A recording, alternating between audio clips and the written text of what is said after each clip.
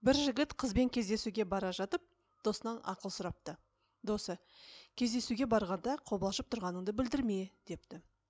Кешке кездесуде қыз, сақалыңыз әдемі екен, десе жігіт, рахмет, сіздікі де, депті. Жасы 80-нен асқан ақсақал роддомға келіп, балам, мен кішкентайлы болдым, енді метрге жазып бер, депті. Қойыңызшы ата, рас па? Әрине рас. Ата, мен сізге бір қызық әңгіме айтайын ба? Айта ғой.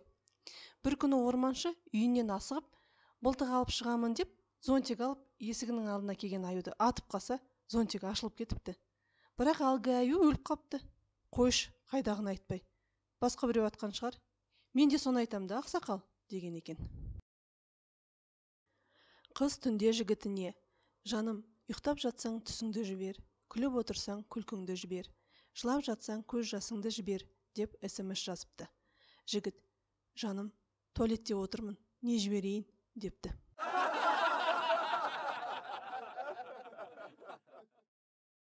Күйеуі ішіп алып үйге келсе, нәскиінің екінші сыңары жоқ екен. Әйелі күтіп алып, қайда жүрсің албасты, нәскиінің бір сыңары қайда, десе күйеуі. Нәски саған аққу ғой деймісің, өміріңнің соңына дейін бірге жүретін, депті. Азамат, есігіңізді ашыңыз. Кім бұл?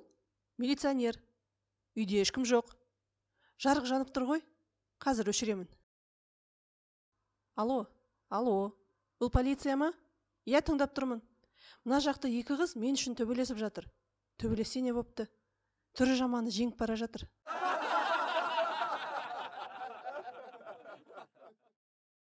Бір күні екі ГАИ қызметкері келе жатса, алдынан бір машина өтіпті. Артында продам деп, ұялы телефонның нөмірін жазып қойыпты.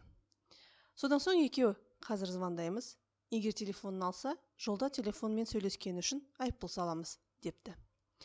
Сөйтіп екеуі звондап, қаншаға сатасыз, объемы қанша, деп сұрап жатса, жүргізуші, брат, кейінірек звондаш, артта ешкілер келе жатыр, депті.